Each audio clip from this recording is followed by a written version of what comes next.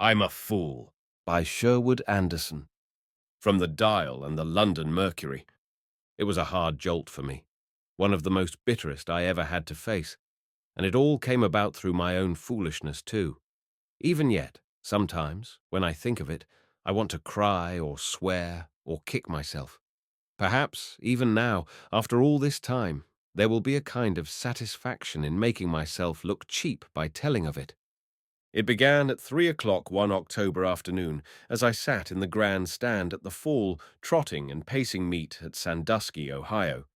To tell the truth, I felt a little foolish that I should be sitting in the grand stand at all. During the summer before I had left my hometown with Harry Whitehead, and, with a nigger named Bert, had taken a job as swipe with one of the two horses Harry was campaigning through the fall race meets that year.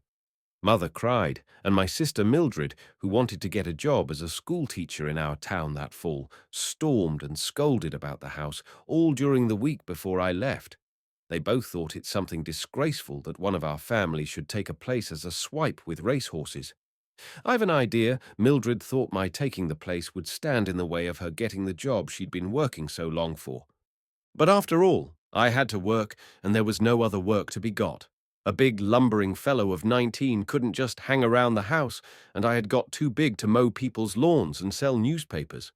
Little chaps who could get next to people's sympathies by their sizes were always getting jobs away from me. There was one fellow who kept saying to everyone who wanted a lawn mowed or a cistern cleaned that he was saving money to work his way through college, and I used to lay awake nights thinking up ways to injure him without being found out. I kept thinking of wagons running over him and bricks falling on his head as he walked along the street, but never mind him. I got the place with Harry, and I liked Bert fine. We got along splendid together. He was a big nigger with a lazy, sprawling body and soft, kind eyes, and when it came to a fight, he could hit like Jack Johnson.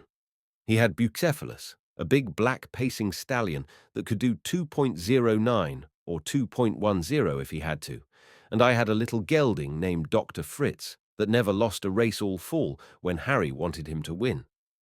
We set out from home late in July in a boxcar with the two horses, and after that, until late November, we kept moving along to the race meets and the fairs.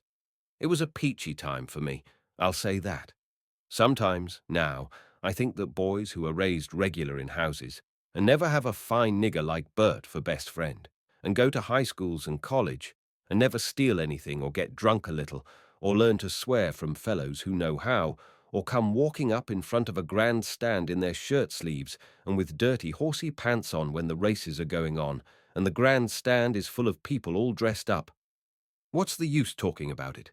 Such fellows don't know nothing at all. They've never had no opportunity. But I did. Bert taught me how to rub down a horse and put the bandages on after a race, and steam a horse out, and a lot of valuable things for any man to know. He could wrap a bandage on a horse's leg so smooth that if it had been the same color, you would think it was his skin. And I guess he'd have been a big driver too, and got to the top like Murphy and Walter Cox and the others if he hadn't been black. Gee whiz, it was fun. You got to a county seat town maybe, say, on a Saturday or Sunday, and the fair began the next Tuesday and lasted until Friday afternoon. Dr. Fritz would be, say, in the 2.25 trot on Tuesday afternoon, and on Thursday afternoon Bucephalus would knock 'em cold in the free-for-all pace. It left you a lot of time to hang around and listen to horse talk and see Bert knock some yap cold that got too gay, and you'd find out about horses and men and pick up a lot of stuff you could use all the rest of your life if you had some sense and salted down what you heard and felt and saw. And then at the end of the week, when the race meet was over, and Harry had run home to tend up to his livery stable business, you and Bert hitched the two horses to carts and drove slow and steady across country to the place for the next meeting, so as to not overheat the horses, etc., etc., you know. Gee whiz, gosh a'mighty, the nice hickory nut and beech nut and oaks and other kinds of trees along the roads, all brown and red, and the good smells, and Bert singing a song that was called Deep River, and the country girls at the windows of houses and everything. You can stick your colleges up your nose for all me. I guess I know where I got my education. Why, One of those little burgs of towns you come to on the way, say now, on a Saturday afternoon, and Bert says, "Let's lay up here." And you did. And you took the horses to a livery stable and fed them, and you got your good clothes out of a box and put them on. And the town was full of farmers gaping, because they could see you were racehorse people, and the kids maybe never see a nigger before, and was afraid and run away when the two of us walked down their main street. And that was before Prohibition and all that foolishness. And so you went into a saloon, the two of you, and all the yaps come and stood around, and there was always someone pretended he was horsey and knew things and spoke up and began asking questions. And all you did was to lie and lie all you could about what horses you had. And I said I owned them, and then some fellow said, "Will you have a drink of whiskey?" And Bert knocked his eye out the way he could say, offhand, like, "Oh, well, all right. I'm agreeable to a little nip. I'll split a quart with you." Gee whiz. But that isn't what I want to tell my story about. We got home late in November, and I promised Mother I'd quit the racehorses for good. There's a lot of things you've got to promise a mother because she don't know any better. And so, there not being any work in our town any more than when I left there to go to the races, I went off to Sandusky and got a pretty good place taking care of the horses for a man who owned a teaming and delivery and storage business there. It was a pretty good place with good eats and a day off each week and sleeping on a cot in the big barn, and mostly just shoveling in hay and oats to a lot of big good enough skates of horses that couldn't have trotted a race with a toad. I wasn't dissatisfied, and I could send money home. And then, as I started to tell you, the fall races come to Sandusky, and I got the day off, and I went. I left the job at noon and had on my good clothes and my new brown derby hat I'd just bought the Saturday before, and a stand-up collar. First of all, I went downtown and walked about with the dudes. I've always thought to myself, put up a good front, and so I did it. I had $40 in my pocket, and so I went into the West House, a big hotel, and walked up to the cigar stand. "Give me 3 25-cent cigars," I said. There was a lot of horsemen and strangers and dressed-up people from other towns standing around in the lobby and in the bar, and I mingled amongst them. In the bar there was a fellow with a cane and a Windsor tie on that it made me sick to look at him. I like a man to be a man and dress up, but not to go put on that kind of airs. So I pushed him aside, kind of rough, and had me a drink of whiskey. And then he looked at me as though he thought maybe he'd get gay, but he changed his mind and didn't say anything. And then I had another drink of whiskey just to show him something, and went out and had a hack out to the races all to myself. And when I got there, I bought myself the best seat I could get up in the grandstand, but didn't go in for any of these boxes. That's putting on too many airs. And so there I was, sitting up in the grandstand as gay as you please, and looking down on the swipes coming out with their horses and with their dirty horsey pants on, and the horse blankets swung over their shoulders, same as I had been doing all the year before. I liked one thing about the same as the other, sitting up there and feeling grand, and being down there and looking up at the yaps and feeling grander and more important too. One thing's about as good as another, if you take it just right. I've often said that. Well, right in front of me, in the grandstand that day, there was a fellow with a couple of girls, and they was about my age. The young fellow was a nice guy, all right. He was the kind maybe that goes to college and then comes to be a lawyer or maybe a newspaper editor or something like that, but he wasn't stuck on himself. There are some of that kind are all right, and he was one of the ones. He had his sister with him, and another girl, and the sister looked around over his shoulder. Accidental at first, not intending to start anything. She wasn't that kind, and her eyes and mine happened to meet. You know how it is. Gee, she was a peach. She had on a soft dress, kind of a blue stuff, and it looked carelessly made, but was well sewed and made and everything. I knew that much. I blushed when she looked right at me, and so did she. She was the nicest girl I've ever seen in my life. She wasn't stuck on herself, and she could talk proper grammar without being like a school teacher or something like that. What I mean is, she was okay. I think maybe her father was well-to-do, but not rich to make her chesty because she was his daughter, as some are. Maybe he owned a drugstore or a dry goods store in their hometown, or something like that. She never told me, and I never asked. My own people are all okay too when you come to that. My grandfather was Welsh and over in the old country. In Wales he was. But never mind that. The first heat of the first race come off, and the young fellow sitting there with the two girls left them and went down to make a bet. I knew what he was up to, but he didn't talk big and noisy and let everyone around know he was a sport, as some do. He wasn't that kind. Well, he come back, and I heard him tell the two girls what horse he'd bet on, and when the heat was trotted, they all half got to their feet and acted in the excited, sweaty way people do when they've got money down on a race, and the horse they bet on is up there pretty close at the end, and they think maybe he'll come on with a rush, but he never does, because he hasn't got the old juice in him, come right down to it. And then, pretty soon, the horses came out for the 2.18 pace, and there was a horse in it I knew. He was a horse Bob French had in his string, but Bob didn't own him. He was a horse owned by a Mr. Mathers down at Marietta, Ohio.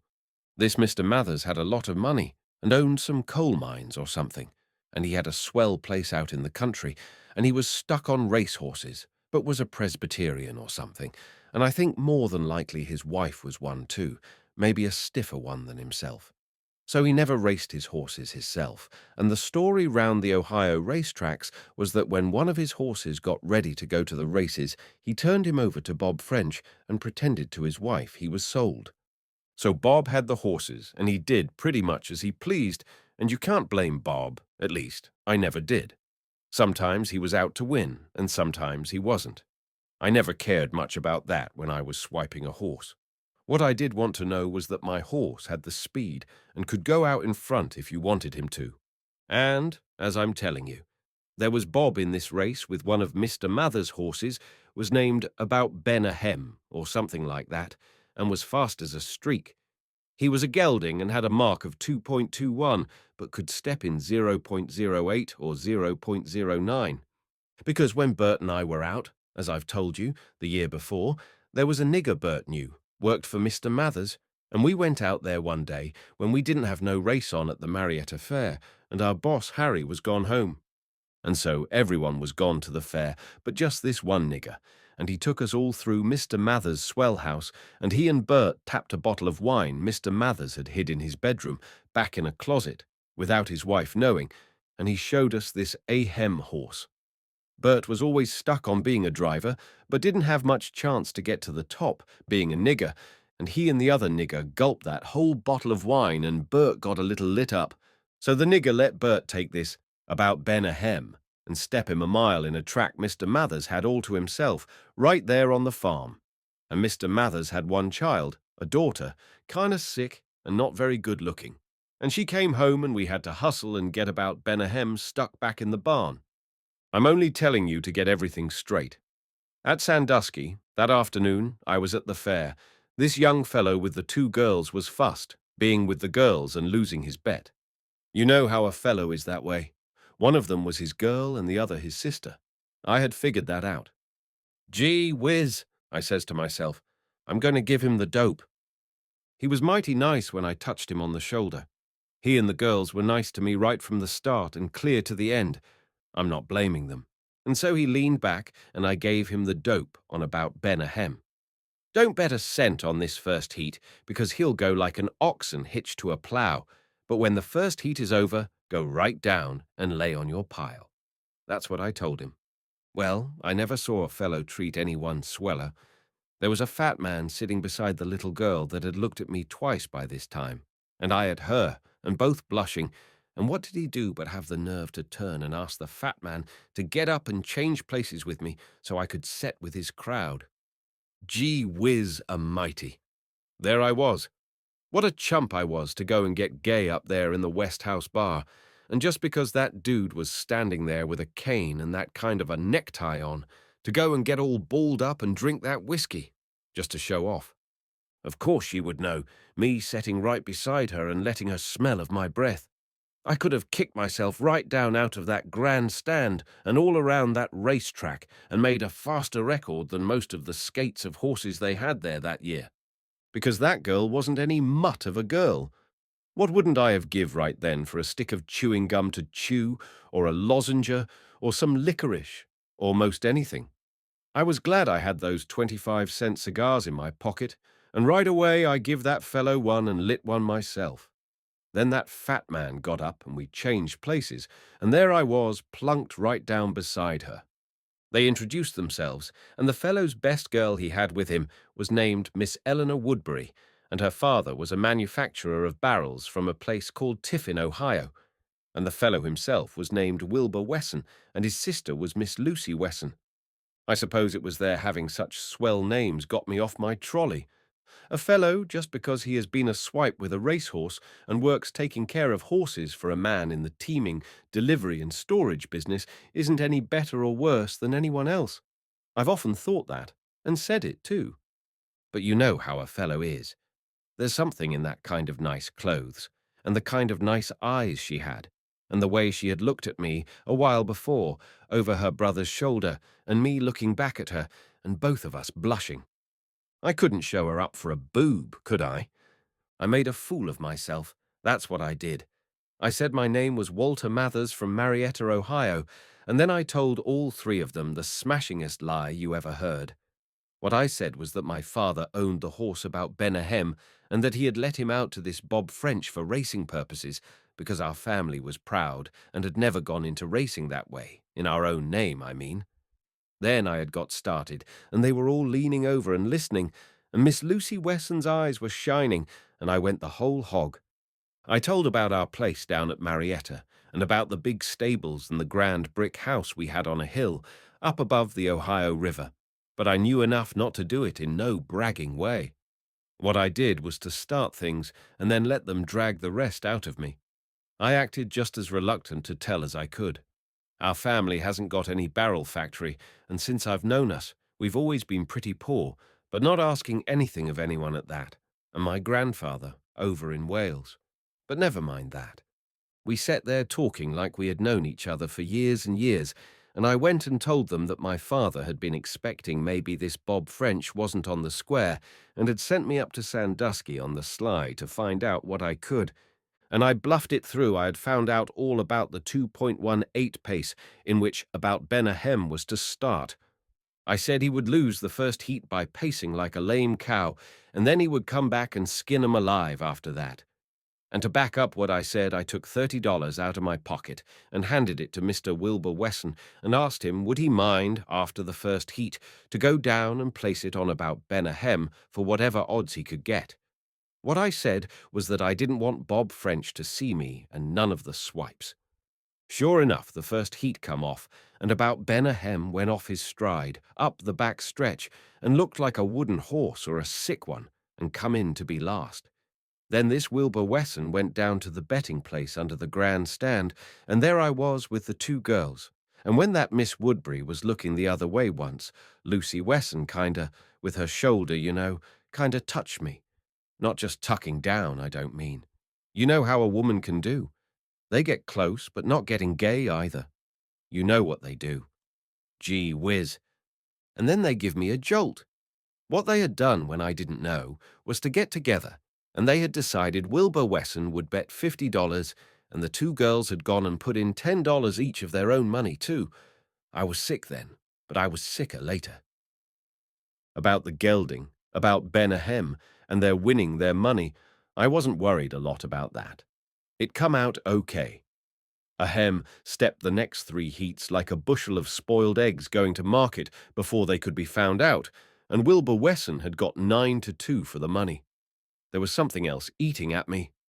Because Wilbur come back after he had bet the money, and after that he spent most of his time talking to that Miss Woodbury, and Lucy Wesson and I was left alone together like on a desert island. Gee, if I'd only been on the square, or if there had been any way of getting myself on the square. There ain't any Walter Mathers, like I said to her and them, and there hasn't ever been one. But if there was, I bet I'd go to Marietta, Ohio, and shoot him tomorrow. There I was, big boob that I am. Pretty soon the race was over, and Wilbur had gone down and collected our money, and we had a hack downtown, and he stood us a swell dinner at the West House and a bottle of champagne beside. And I was with that girl, and she wasn't saying much, and I wasn't saying much either. One thing I know, she wasn't stuck on me because of the lie about my father being rich and all that. There's a way you know. Craps are mighty. There's a kind of girl you see just once in your life, and if you don't get busy and make hay, then you're gone for good and all, and might as well go jump off a bridge. They give you a look from inside of them somewhere, and it ain't no vamping. And what it means is you want that girl to be your wife, and you want nice things around her like flowers and swell clothes, and you want her to have the kids you're going to have, and you want good music played and no ragtime. Gee whiz! There's a place over near Sandusky, across a kind of bay, and it's called Cedar Point. And when we had had that dinner, we went over to it in a launch, all by ourselves. Wilbur and Miss Lucy and that Miss Woodbury had to catch a 10 o'clock train back to Tiffin, Ohio, because when you're out with girls like that, you can't get careless and miss any trains and stay out all night like you can with some kinds of Janes. And Wilbur blowed himself to the launch, and it cost him 15 cold plunks, but I wouldn't ever have knew if I hadn't listened. He wasn't no tin horn kind of a sport. Over at the Cedar Point place, we didn't stay around where there was a gang of common kind of cattle at all. There was big dance halls and dining places for yaps, and there was a beach you could walk along and get where it was dark, and we went there. She didn't talk hardly at all, and neither did I, and I was thinking how glad I was my mother was all right, and always made us kids learn to eat with a fork at table and not swill soup and not be noisy and rough like a gang you see around a racetrack that way. Then Wilbur and his girl went away up the beach, and Lucy and I sat down in a dark place where there was some roots of old trees the water had washed up, and after that, the time, till we had to go back in the launch, and they had to catch their trains, wasn't nothing at all. It went like winking your eye. Here's how it was.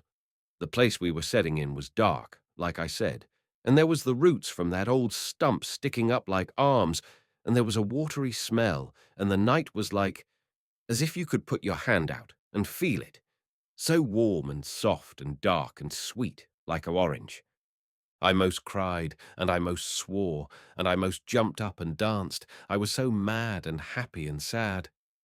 When Wilbur come back from being alone with his girl, and she saw him coming, Lucy, she says, "We got to go to the train now," and she was most crying too, but she never knew nothing I knew, and she couldn't be so all busted up.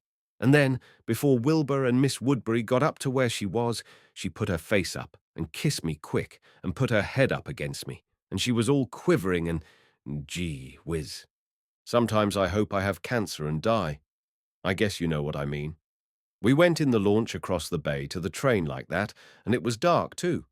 She whispered and said it was like she and I could get out of the boat and walk on the water, and it sounded foolish, but I knew what she meant. And then quick, we were right at the depot, and there was a big gang of yaps, the kind that goes to the fairs, and crowded and milling around like cattle, and how could I tell her? "It won't be long, because you'll write and I'll write to you." That's all she said. I got a chance like a hay barn afire. A swell chance I got. And maybe she would write me, down at Marietta that way, and the letter would come back, and stamped on the front of it by the USA, "There ain't any such guy," or something like that, whatever they stamp on a letter that way. And me trying to pass myself off for a big bug and a swell, to her, as decent a little body as God ever made. Craps a mighty. A swell chance I got.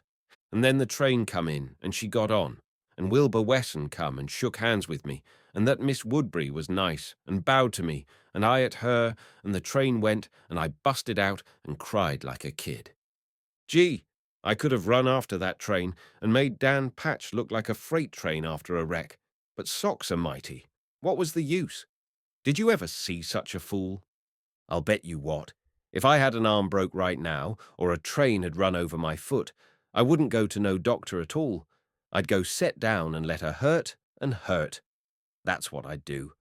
I'll bet you what, if I hadn't a drunk that booze, I'd a never been such a boob as to go tell such a lie. That couldn't never be made straight to a lady like her.